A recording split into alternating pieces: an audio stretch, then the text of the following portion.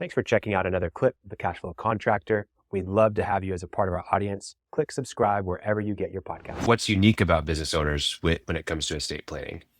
Well, what's unique about them is that their business is really like their baby. I mean, and it's their a lot of their identity and is tied up in the business, and they have very strong passion and ideas about how they want the business run.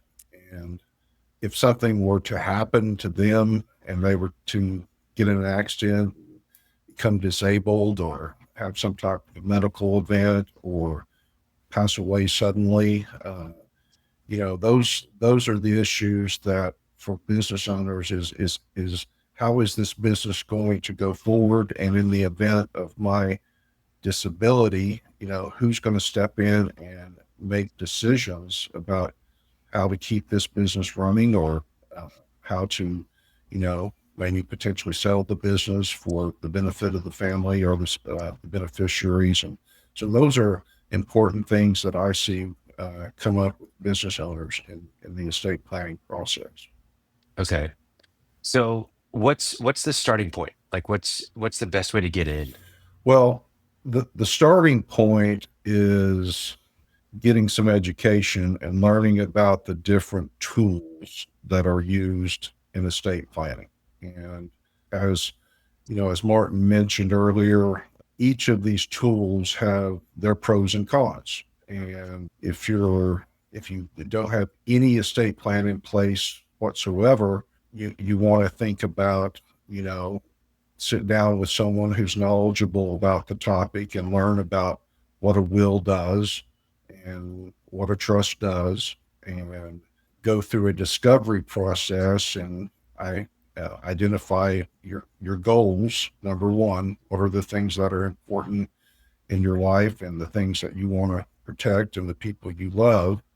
But also, it's important to start, no matter which direction you go, or what legal document you choose, is you need to start making an inventory of all of your assets and how they are titled, because everything in estate planning ultimately comes down, in the event of your disability or death, is to who is the legal owner of the asset. So what's the best way to handle that whenever you're thinking about who's the owner of the asset? What's the correct answer? I'm sure there's a couple of different correct answers, but Yeah.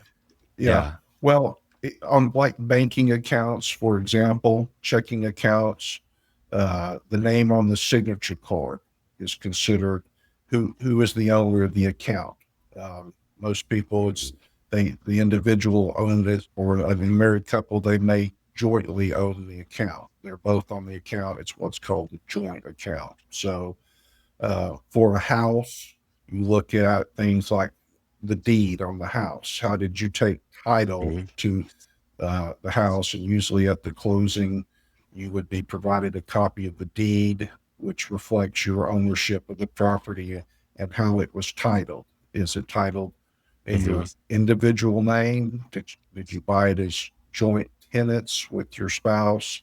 And do you own it jointly? So those are issues that when you start thinking about estate planning, you want to go through the process of identifying all of those things, and how they're owned, basically. Mm.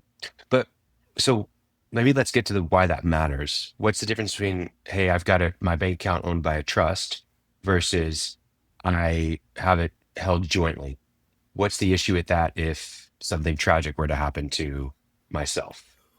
Well, if you are a married couple and you own it jointly, or the account jointly with your spouse, and he or she survives you, that necessarily can pass by what's called operation of law, but it just automatically becomes the surviving spouse's account if it's owned joint property.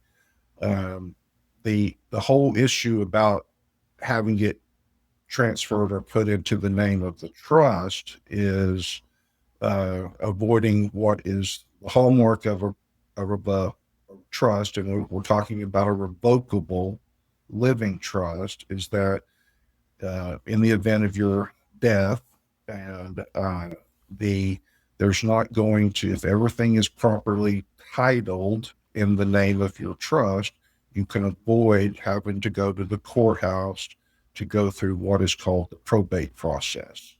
And so that is a big advantage to having a trust, is that in the event of a disability or death, everything can be handled and administered privately by the people you name in the document as to who you want to be in charge, and manage your assets, follow your instructions in the trust, as opposed to having to go have a will and have a judge supervised process down at the local courthouse. So that's kind of the has always been the fundamental difference between a will versus a trust historically. Could you just say a little bit more about what a probate is and why we want to avoid it and how long it might take? Well, I mean, not at a high level, but yeah, a judge, operate it. Yeah, There's well- creditors, kinds of. exactly. At a high level, what the probate process is when someone passes away with a will, it is a document that has to be admitted to have power to distribute the assets to the people named in the will.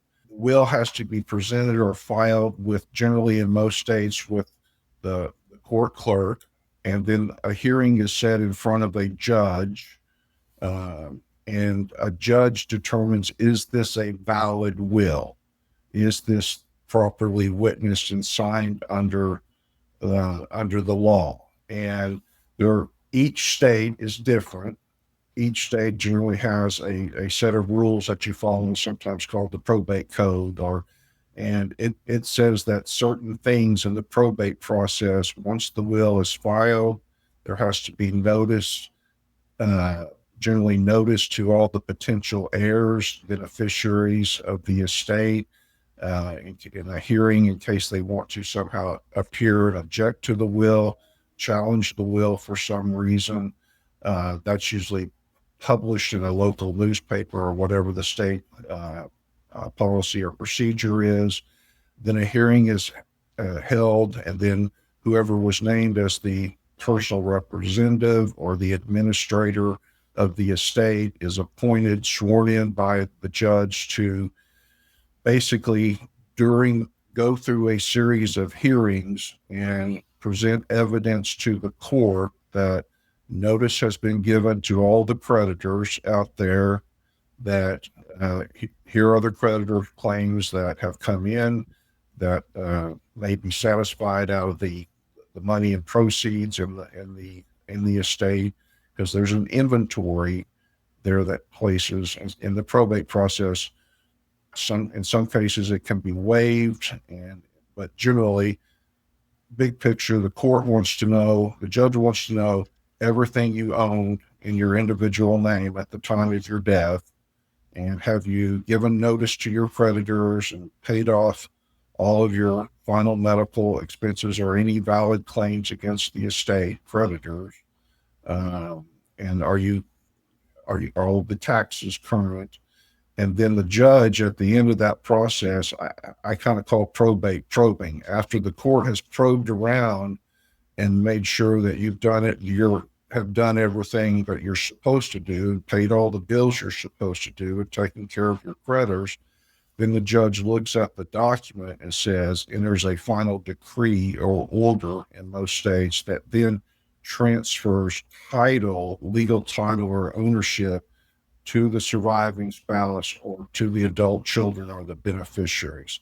So the probate process is a series of steps, meetings at the courthouse, appearances before the judge, to make sure all these check boxes are checked off. And then when the court's satisfied that everything's done that the law requires, then the final order is entered, and the surviving spouse or the adult children, they take title to the property. They own it. They own it cleanly. Thanks for checking out a clip from the Cashflow Contractor. We have full episodes where we go deep on topics that help you grow a construction business that runs without you so you can have less stress, more time, more money. Now, we've got other videos, other clips, but if you want to check out the full episode for this clip, you can click wherever our editor put it. It might be here, might be there, might be over my face, I don't know. But thank you for checking us out. We'd love to have you as a part of our audience. So subscribe or check out a full episode wherever you get podcasts.